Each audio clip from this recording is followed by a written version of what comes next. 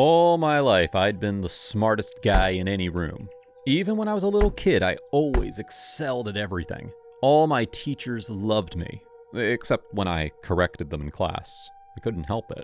When I started university, I assumed that I'd be the top student there. Unfortunately, I was number 2.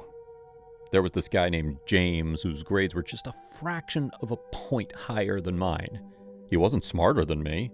He was just friendlier to the professors. That was it. Because of his social skills, he'd end up the valedictorian while I'd be stuck with second place. I couldn't have that. I had to figure out a way to stop him. I checked out all his social media accounts and found out that he was interested in meditation and spiritual wellness. I thought all that stuff was idiotic, but I used that information to create a fake Instagram account of a spiritual guru from Bhutan. My parents had taken me there a few summers ago, so I had a bunch of photos that I could use. He fell for it right away. I guess he really wasn't as smart as he thought. We exchanged texts for days. It was really easy to build his trust and get him to confess to some really personal stuff. Despite his outwardly friendly personality, he was actually depressed. The pressure to be the best was really getting to him, and he was terrified of our upcoming finals. I made up a bunch of bullshit advice about daily affirmations, meditation, even meal prep. It was innocent and harmless at first, which was how I was able to build his trust.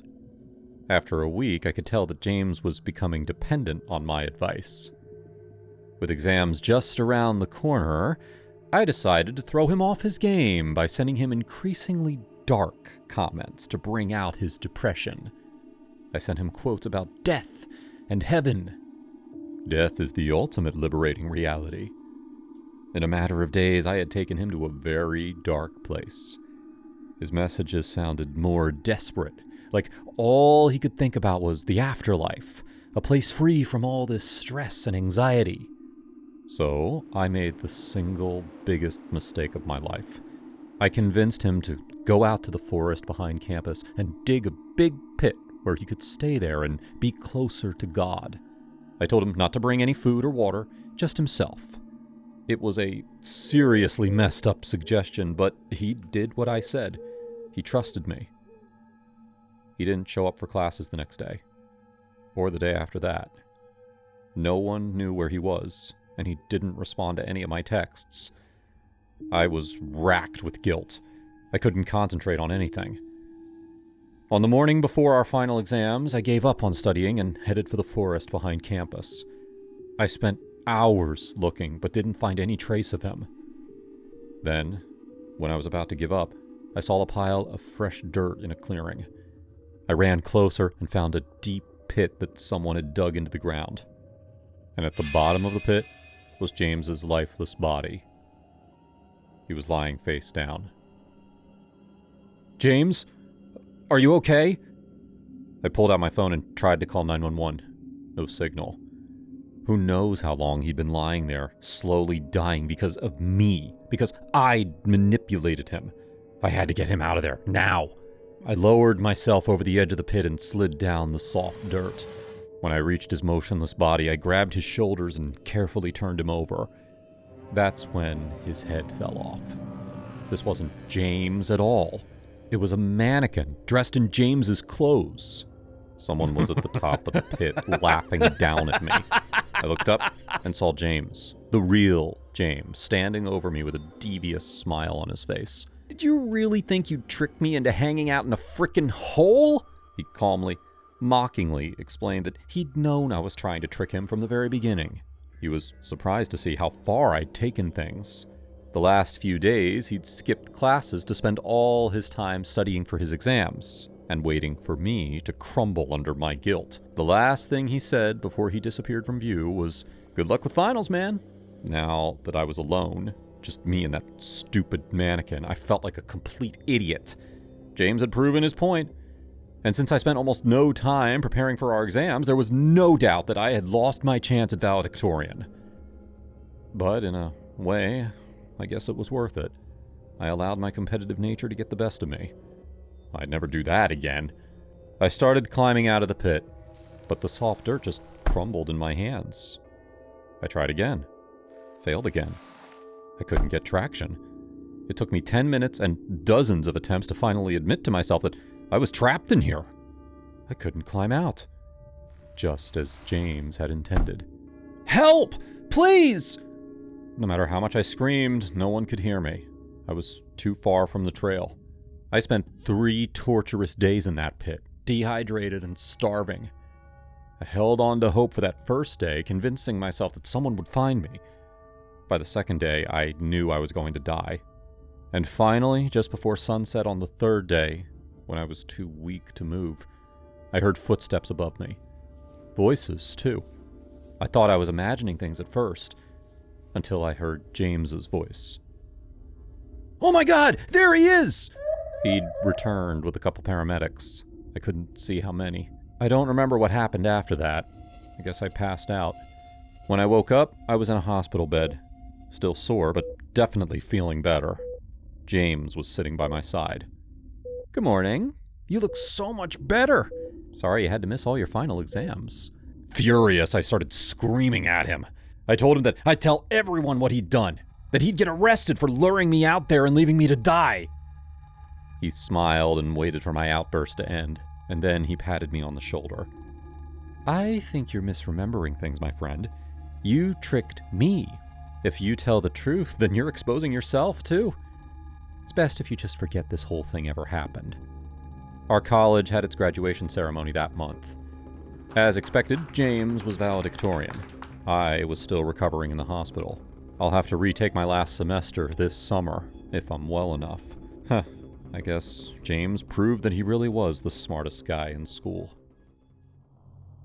This story is loosely based on a real-world incident. In 2024, remains found in Salt Lake City were identified as Douglas Brick, a University of Utah student who vanished over 50 years ago. Brick, a 23-year-old senior from Idaho, disappeared on October 12, 1973, last seen leaving his dorm. The cold case remained unsolved until hunters discovered skull fragments in foothills near the university. On April 30th, DNA analysis confirmed the remains belonged to Brick. His family, notified on May 3rd, expressed relief at finally having answers after decades of uncertainty. For the university, solving its only known cold case after 51 years was described as nothing short of a miracle.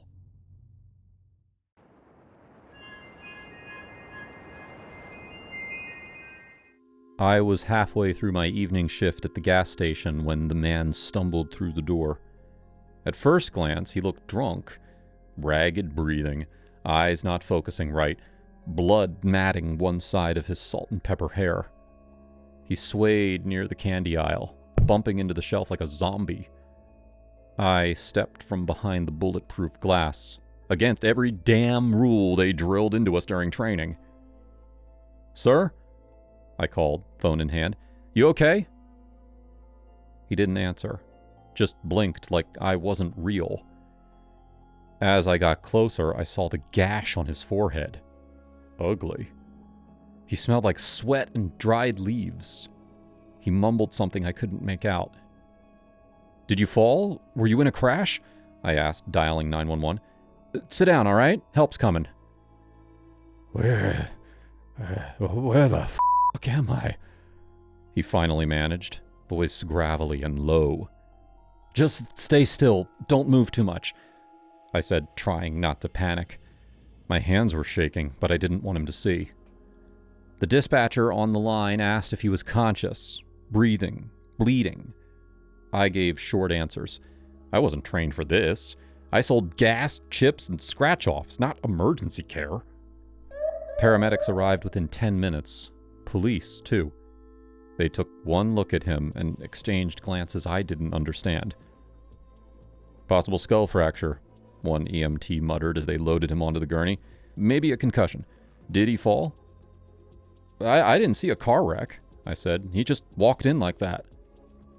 "All right," the officer said, nodding. "We'll check it out." They left with the guy, sirens wailing back into the night. I went back to my little glass cage.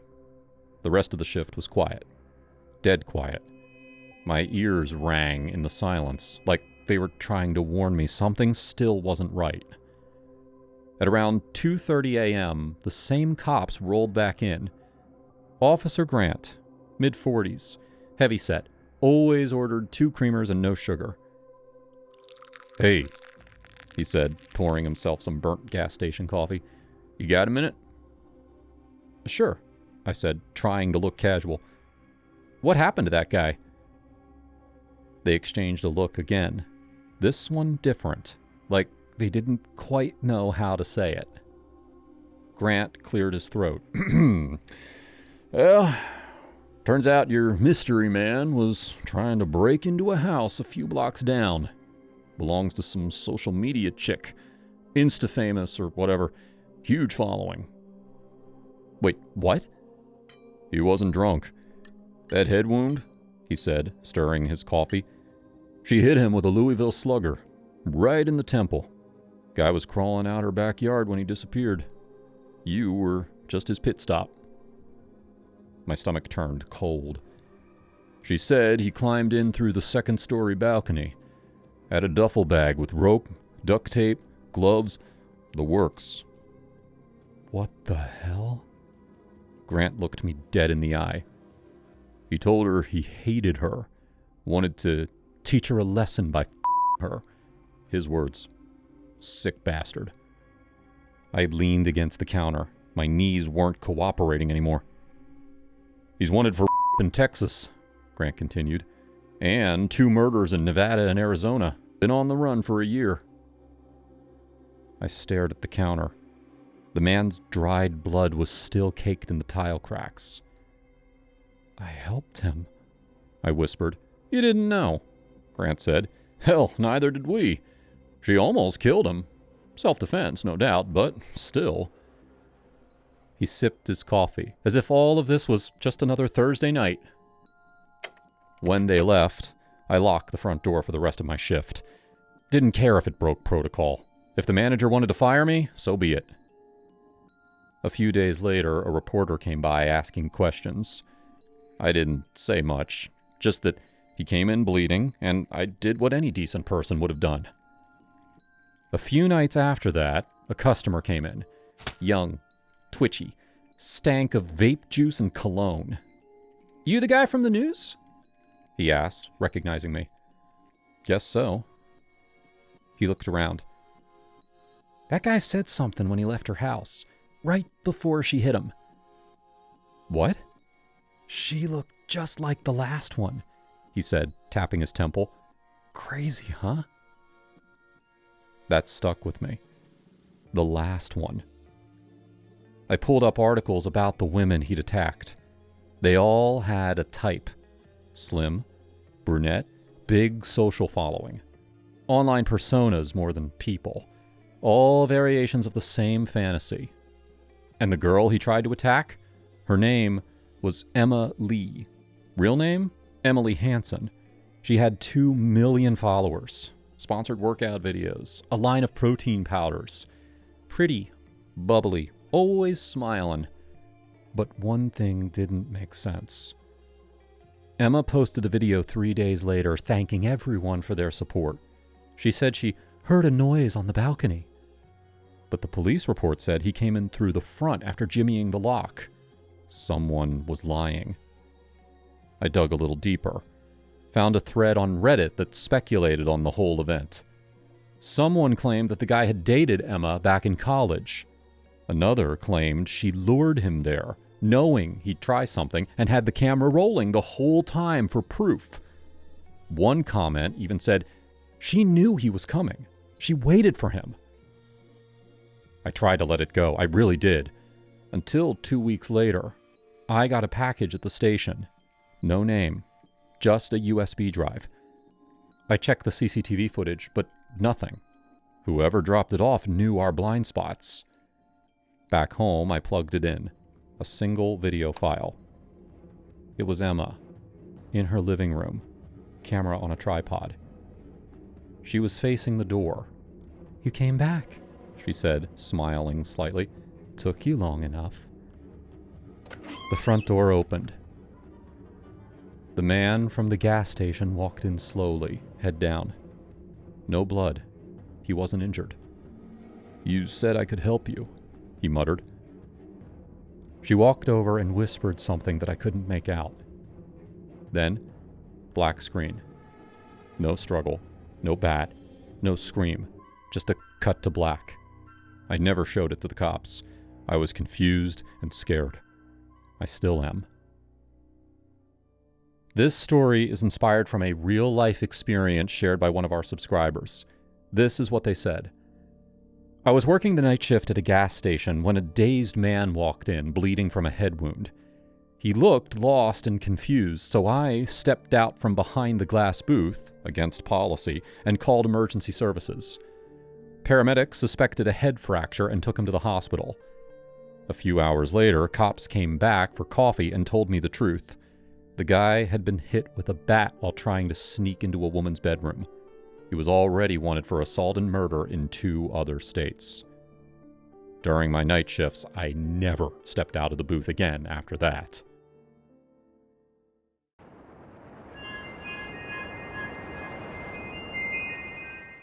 I thought Emily and I had a happy marriage.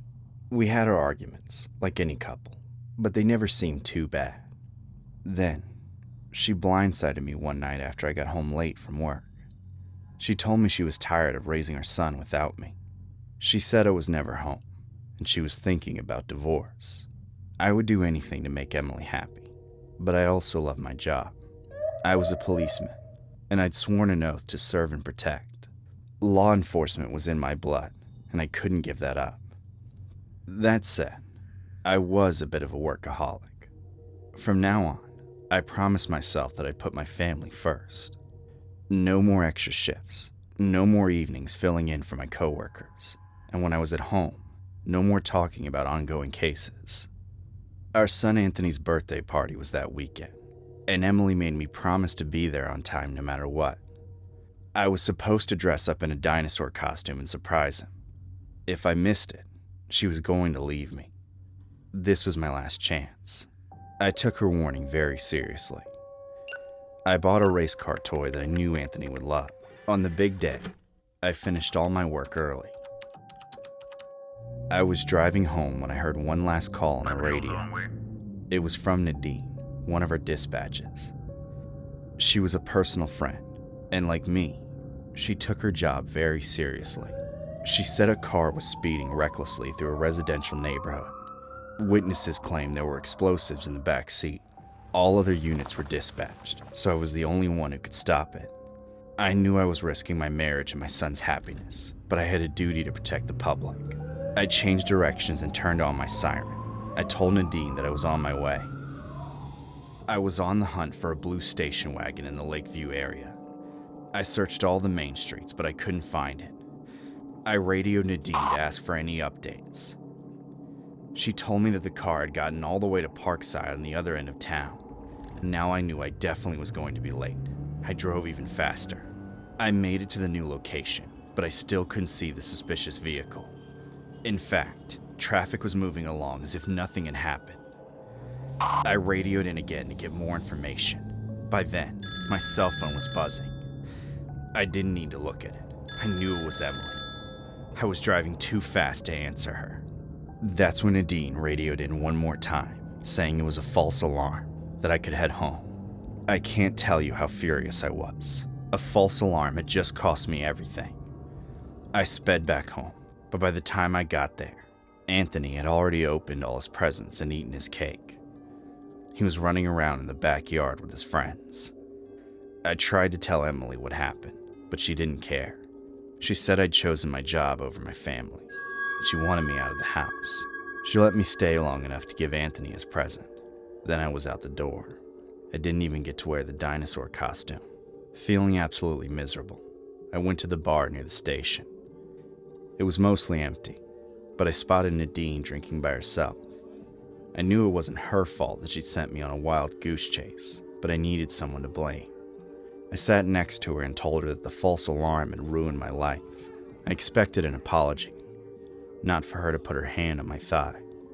"So you're single now, huh?" There was something about the look in her eyes. She was horny, But more importantly, she didn't seem surprised at all. I knew in my bones she'd done this to me on purpose. She wanted to ruin my marriage. I pulled away. Tomorrow, I'd like to hear that 911 call. Can you send me the recording? She got really flustered and said that it would be best for me if I didn't dwell on the past. That proved to me there was no 911 call. Okay, if you say so.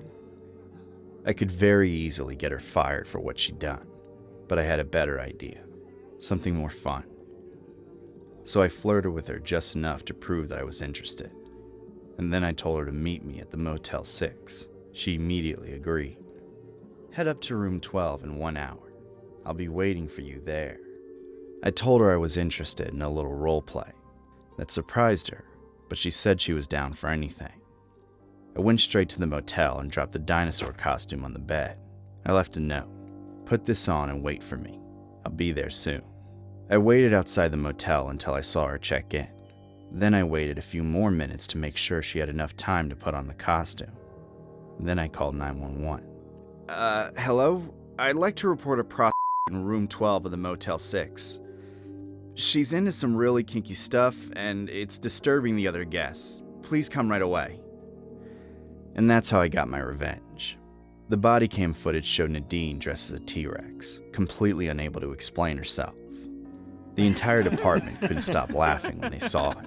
That was 3 months ago, and literally everyone I've ever met has seen the footage. I made sure to spread it around. Nadine quit the force before she got fired. Because I called in a false 911 call, my sergeant had to put me on 2 weeks of unpaid leave, no matter how funny he thought my prank was. I used that time to patch things up with Emily. We're better now than ever. As of this month, I'm officially back on patrol. But I've learned my lesson. Family always comes first. This story is loosely based on a real-world event. In October 2015, a bizarre 911 call baffled Iowa City police. At 2:45 a.m., University of Iowa student Kelsey Cousins, 20, intoxicated and rambling, identified herself as Olivia Pope, the fictional fixer from TV's Scandal. She claimed to see Cyrus Bean outside a bar and warned of a bomb. Officers found Cousins visibly drunk, with slurred speech, poor balance, and a blood alcohol level of .206. Charged with public intoxication and misuse of the 911 system, her call proved to be nothing more than an alcohol-fueled fantasy.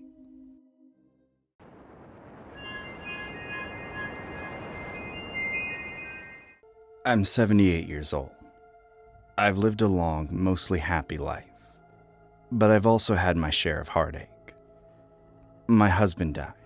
I lost one son in Afghanistan, and I had to have a hip replaced. But when you get to my age, you've seen it all. At least, that's what I thought. I wasn't prepared for last month, when I had my Uber ride from hell. I can't drive anymore because of my eyesight, so I used an Uber to get home from a bingo game with the girls. It was a wonderful night. I won $15. The car pulled up and I got in. My driver was a young gal, probably in her 20s. She had long, beautiful red hair. I've always loved redheads. She seemed friendly at first. As we drove, I told her some of my bingo stories. But halfway through the ride, she started driving crazy. She was speeding, and she kept drifting onto the shoulder.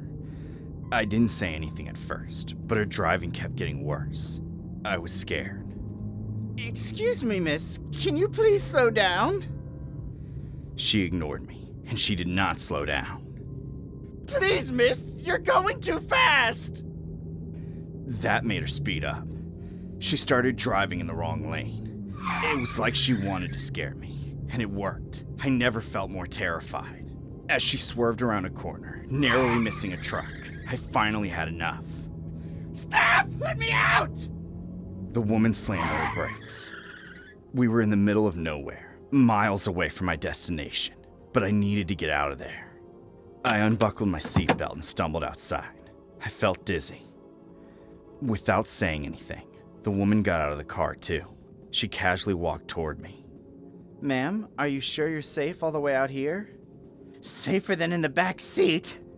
I turned my back to her and got out my phone. I decided to call Dorothy to come pick me up. I didn't trust this cab service anymore. As I was dialing, I heard the woman mutter behind me. Then I felt a jolt of pain in the back of my head. This psycho punched me. I stumbled forward and landed hard on the ground. I didn't break anything, but my head was throbbing. I twisted around to look at my attacker. She was standing over me, arms crossed with a blank expression. Why are you doing this? Why not? I've always wanted to hurt someone, like I've been hurt. And tonight I finally decided to go for it. You're just my unlucky victim. She nudged me with her foot, just because she could.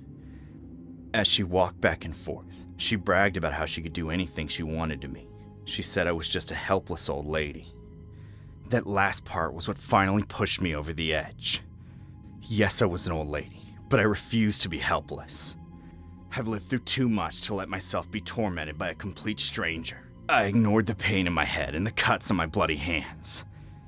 Then I grabbed a sharp rock just a few inches away. The woman crouched down and grabbed my hair. She was gonna pull me to my feet. That's when I struck.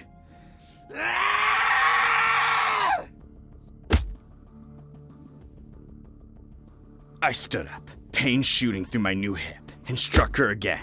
She fell against the side of her car, obviously surprised that I was fighting back. Well, she picked the wrong old lady. She swung at me, but I stepped to the side. In my 78 years of living, I'd never been in a fight before. My husband Clarence always took care of me. But somehow, I felt like I knew exactly what to do. I hit her once more with the rock, right in the face, and she crumpled to the ground. Her face was bloody, and I think some of her teeth were missing, but she didn't look scared. In fact, she was smiling. I waited for her to make another move. I was ready for her, but she didn't. She just kept smiling. And that's when I heard the police sirens. Drop the rock! A cop car had pulled up behind me. 2 policemen were aiming their guns at me. With my bad hearing, I hadn't heard their arrival. And as they got closer, the woman's triumphant smile turned into a look of complete terror. Please help me, officers! This bitch attacked me out of nowhere! As the policemen put me in handcuffs, my psycho driver made up a long story about how I'd attacked her from the back seat. Apparently, I forced her to pull over, got out of the car, and pretended to have a heart attack. Then, when she went to check on me, I attacked her with a rock. The story was absolutely insane, but the police believed her. I tried to tell them what really happened, but they were already pushing me toward the car. I felt hopeless. Without any witnesses, it was her word against mine, and she was a lot more wounded than me. Then I noticed something on the ground. Wait, my phone! One of the officers picked it up, looked at it, then put it to his ear. Hello? Yes. No, she's fine. The other lady, though, okay. He looked at his fellow officer and told him to uncuff me. I guess there was a witness after all. My phone call to Dorothy went through, and she heard everything. My driver realized she was caught. She ran as fast as she could. One of the cops caught up to her and tackled her to the ground. Now the right person was in handcuffs. The other cop told Dorothy to come to the station to make a statement, and then he handed the phone to me. Dorothy, thank you so much. You saved my life. Oh no, dear. It sounded to me like you saved yourself. The story is inspired from a real-life event. A 78-year-old Auburn Hills woman told that on March 14th, she was taking an Uber to her desired location. And shortly into the ride, the driver, a 27-year-old Detroit woman, began driving recklessly. The passenger asked the driver to let her out of the vehicle. The passenger said that after she exited the vehicle, the driver punched her in the back of her head. An investigation is ongoing.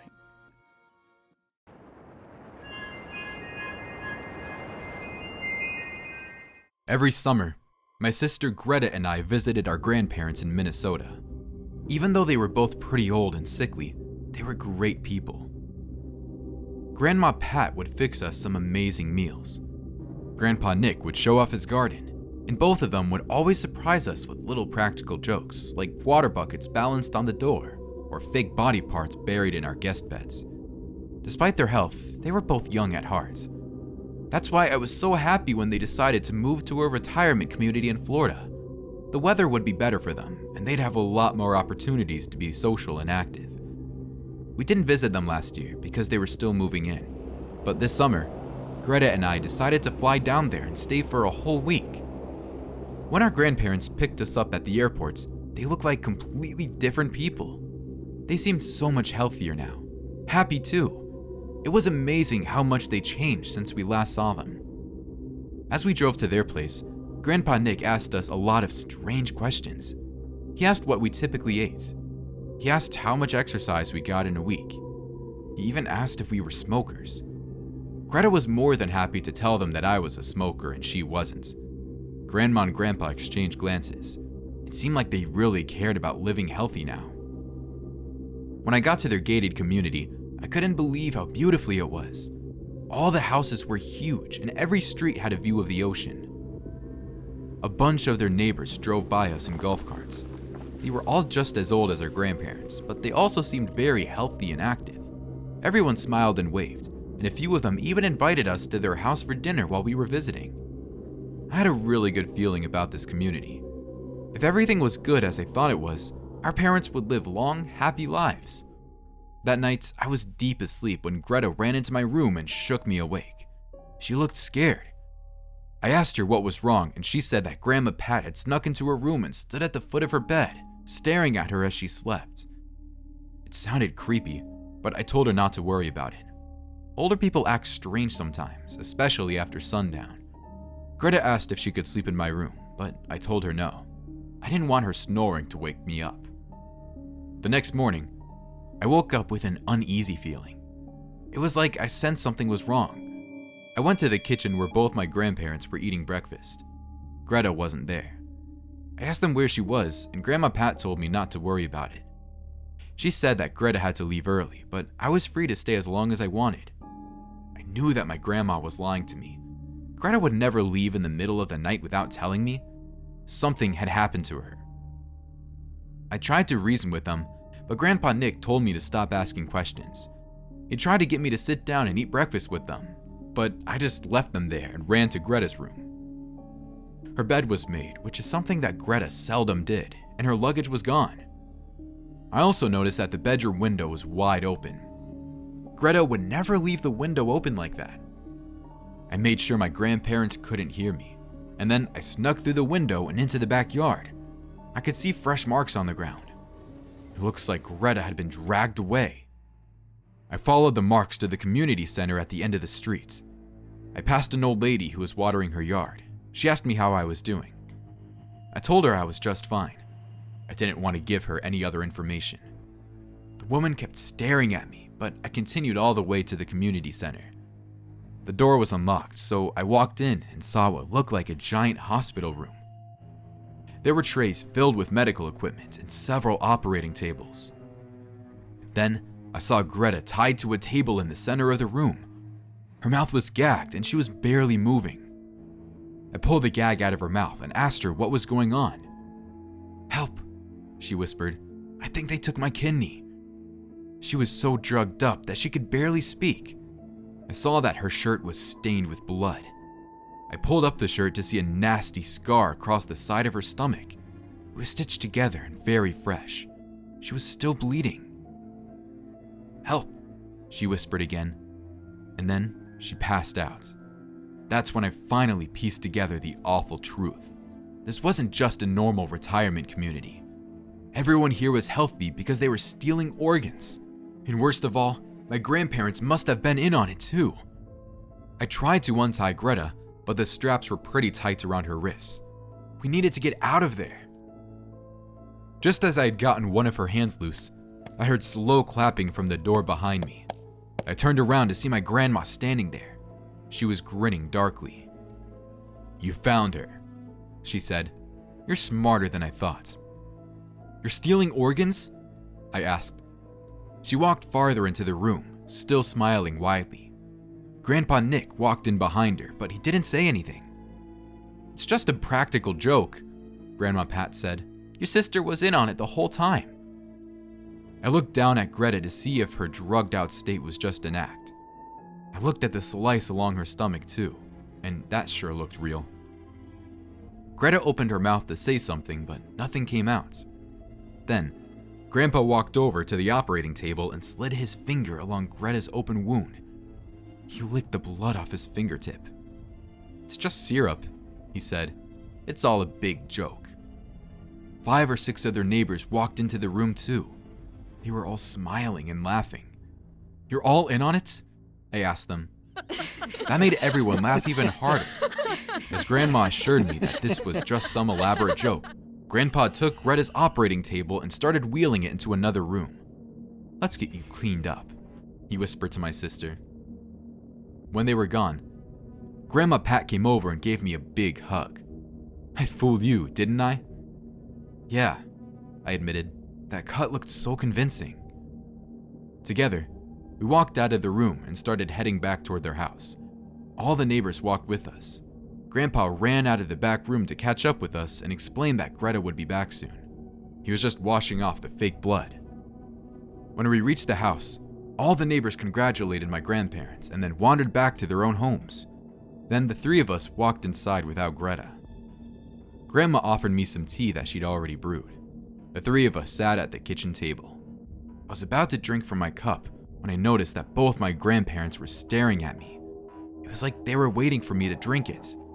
I knew it was unbelievable, but I sensed that they were trying to poison me. All of this was real. They weren't playing a practical joke on me. That was just what they'd said, so I let them finish off Greta.